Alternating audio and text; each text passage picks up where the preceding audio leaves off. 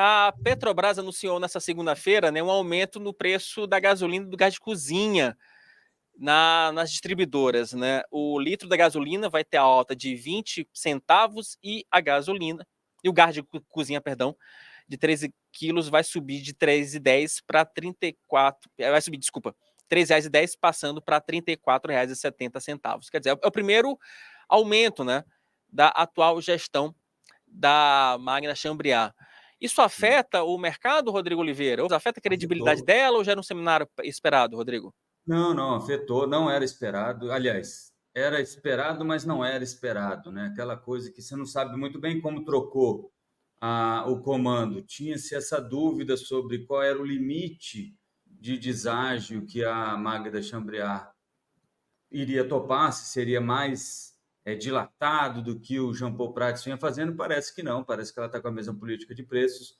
É bom lembrar que nas últimas semanas, essa defasagem aí entre o preço, o PPI, que era o preço praticado anteriormente pela Petrobras, e o preço atual, estava em quase, chegou a bater 70 centavos praticamente aí, nas últimas semanas, muito trazido em função daquela história do Lula falar muito, o dólar dar uma disparada, e aí bagunçou tudo, voltou agora para uns 50, e ontem, com o anúncio, volta para uns 30 centavos, mais ou menos, que é onde aparentemente a Petrobras fica tranquila, ali, entre 20 e 30 centavos é mais ou menos o limite. Ela esperou um pouquinho, mas acabou dando esse reajuste aí de 20 centavos, que chega na bomba, né? Como é gasolina A, que é gasolina pura, chega na bomba 15 centavos mais ou menos, 14, alguma coisa, mas tem o álcool, o etanol, que é colocado junto com o combustível, esse também,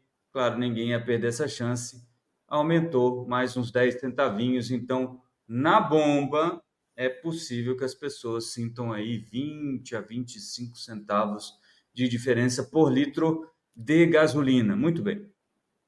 Nessa hora, a gente tem que colocar a bola no chão, como você gosta de falar aí, Wilson, que é assim, o acionista da Petrobras, como o Wilson, que é dono de Eu. duas ações da Petrobras, fica feliz, porque sabe que a empresa está sendo gerida de uma forma que não parece, pelo menos por enquanto, que vai jogar a rentabilidade fora para fazer política pública. Isso é bom para o acionista, lembra? Quem é o acionista? O acionista é aquele cara que emprestou dinheiro para a empresa para que ela pudesse investir, por exemplo, no pré-sal, né? Lá atrás, quem tinha dinheiro na FGTS, inclusive, trabalhador brasileiro comum, colocou dinheiro na Petrobras, talvez tenha ação até hoje, vai tá vendo a Petrobras ser gerida como uma empresa lucrativa, grande, um player mundial importante no setor, como se espera, né, de uma empresa que é privada, mas ela é uma empresa mista, né? Ela é público-privado, um pedaço público, um pedaço privado. Pois bem, Magda Chambriard tirou esse bode da sala, que era essa desconfiança. O preço da ação subiu ontem, ajudou o Ibovespa a ficar no positivo, o dólar caiu, os juros caíram. Por quê? Porque isso mostra que a interferência do governo, ou pelo menos alguns gostam de acreditar, que a interferência do governo não é tão grande quanto se pensava. Ponto. Do outro lado, na ponta oposta, o que a gente tem? E aí é que eu digo que a gente tem que parar de ficar torcendo para as pessoas, né? O fulaninho, o outro fulaninho, e começar a olhar para as coisas que a gente quer ou que a gente não quer. Pois bem, aumentou o preço lá, ótimo, vi muita gente comemorando nos anos passados que a Petrobras estava dando lucro, etc e tal. Isso é função da Petrobras, aí o preço é continuar dando lucro para a Petrobras. Ok. Do outro lado, aumenta o preço do combustível, amigo.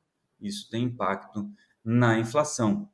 Então, todos nós, né, aqueles que têm e os que não têm veículos, vão sentir um pouco mais de pressão inflacionária em função desse aumento. Os bancos aí estimam até 20 pontos base, né, 20 bips, 20 basis points, que é, né, para quem não lembra, 100 pontos base, 1 ponto percentual, então 0,2 ponto percentual na inflação do ano. Então, tem gente aí reajustando a expectativa de inflação para 2024 de 3,9 para 4,1, 4 para 4,2, mas está aí entre 10 e 20 pips, 10 e 20 pontos base a mais de inflação, tá? Só para as pessoas entenderem. E se sobe a inflação, mais difícil é de o juro cair, beleza? Então, neste sentido, tem a parte boa, que é para o acionista da Petrobras, que não é pouca gente, e tem uma parte que é ruim, que é um pouco mais de pressão inflacionária e um pouco mais de tempo até que a gente veja os juros cedendo. É claro que a gente tem mais problemas que essa inflação, mas ela vai gerar aí uma desancoragem, vai aumentar a desancoragem, né? Você vê no Focus aí, já está 9 semanas consecutivas a previsão de inflação sendo revisada para cima, então tudo isso se junta nesse caldo. Agora, o que eu quero deixar muito claro aqui, que eu acho importante de a gente entender, é que as coisas têm efeitos, né? Não é, quando era o presidente fulano, dava lucro.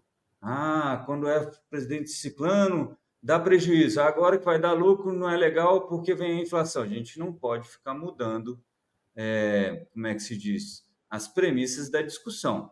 A gente tem que entender o que cada coisa interfere na nossa vida, né? Mas é isso mesmo. Um pouquinho mais de custo para o combustível e para o gás de cozinha, e isso, obviamente, vai impactar na inflação de basicamente tudo. Lembrando que o Brasil, embora o diesel não tenha sido reajustado, o Brasil é um país de modal rodoviário forte, então combustível e gás de cozinha, obviamente, afeta a vida de praticamente todo mundo. E falando em afetar a vida, Matheus, coloca na tela, por gentileza, um tweet, né? Não é mais tweet, é tweet, né? Do presidente Lula falando que carrinho de famílias no supermercado está mais cheio com inflação e desemprego em baixa. E está aí o presidente da República dizendo, olha, o Brasil está melhorando, está tudo no rumo certo. Meu caro,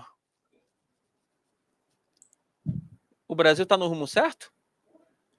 Essa é boa, né? Até me faz lembrar daquela do... O que eu acho legal, Oh, Rodrigo, é que eu só te faço pergunta fácil, não é? Essa pergunta é exato. simples, né? Tem coisas indo no rumo certo, tem coisas que não estão indo no rumo tão certo, né? Mas vamos lá. O que é interessante nisso é que é de novo o nosso querido Mister L, né? O paladino da ilusão, o mestre das artimanhas da enganação, falando mais uma vez coisas que parecem que tem a ver com ele, mas não tem, né? O combate à inflação, por exemplo, que ele está citando, essa é uma manchete da Folha de São Paulo, uma matéria baseada aí num levantamento que diz que tem mais produtos nos carrinhos do supermercado brasileiro. Já vou explicar um pouco melhor isso, mas é legal ver o Lula falando que a inflação está caindo como se fosse uma tarefa que ele tivesse contribuído, né? Porque nem contribuir ele contribuiu para isso. Muito pelo contrário, o Lula tem criticado o Banco Central veementemente desde que assumiu o governo e até um pouco antes, pelo combate à inflação que o Banco Central tem feito, que é um juro mais alto, demorando um pouco mais para baixar juros, num ritmo que nem sempre agrada o presidente, mas que fez a inflação passar de 12,4%, se não me falha a memória, lá em 2022, para os 4% que a gente tem hoje. Então, esse é o Lula agradecendo ao Roberto Campos Neto, sem nem, talvez, não tenha nem notado que era isso que ele estava fazendo. Mas o que diz essa pesquisa? A pesquisa diz o seguinte: os brasileiros estão enchendo mais o carrinho, tem mais itens no carrinho do brasileiro, mas por dois motivos distintos. Que o brasileiro está indo menos ao supermercado. Então, quando ele vai, ele compra mais. Então, por carrinho, você tem mais itens. Mas é como se fosse aquilo, né? Você vai comprar 2 vezes no mês. Passa a comprar uma, seu carrinho vai ser... Por carrinho, o seu carrinho vai ter mais itens. Mas tudo bem. Além disso, fala também do cenário macro econômico, que está um pouquinho melhor, né? Com inflação em baixa, desemprego ficou baixo, apesar de todo esse processo de política monetária restritiva, que deveria ou que era esperado desembocar numa pressão sobre o emprego. Não, a gente não teve praticamente nenhum efeito no emprego, e acabou conseguindo trazer a inflação para baixo, e aí cita também as políticas de distribuição de renda e os benefícios como Bolsa Família, etc. e tal, mas diz que, a própria pesquisa diz que, apesar disso tudo, a população mais vulnerável ainda não conseguiu sentir no bolso essa pujança econômica que o governo Lula gosta de dizer que está acontecendo. Meu caro Rodrigo Oliveira, eu acho que há muita expectativa de pujança e na prática, que é boa, absolutamente nada. Meu caro, eu acho que essa semana tem reforma tributária, né? Acho que até quinta-feira sai alguma coisa, esperamos que saia algum coelho dessa cartola, mas, enfim, é aquilo que a gente já vem adiantando desde a semana passada, né, Rodrigo? Quer dizer, vai ser aprovado um texto, o Lira vai tratorar, isso já está no script, joga a bomba para o Senado, e aí fica aí nas mãos do Rodrigo Pacheco, que a ideia é que pelo menos até a primeira quinzena de agosto já se liquide essa fatura e resolva esse problema de uma vez por todas, né? Mas assim, tem um detalhe que é interessante, né, Rodrigo? Que aí, enfim, coaduna com essa agenda do Lula. Se fala tanto de reforma tributária, mas ele é um texto que tem uma sinalização maior pro mercado, não é isso? Porque na prática, os efeitos da reforma tributária para o contribuinte ainda vão demorar um pouco, não é isso, Rodrigo? Vão demorar bastante, na verdade, assim, começa no que vem com uma alíquota muito pequenininha para sentir quanto que realmente vai arrecadar, etc e tal. Mas assim, no fim das contas, ainda tem muita coisa para ser resolvida, mas tem uma peculiaridade que eu acho que é interessante a gente comentar aqui. A regulamentação foi dividida em dois grupos temáticos, né?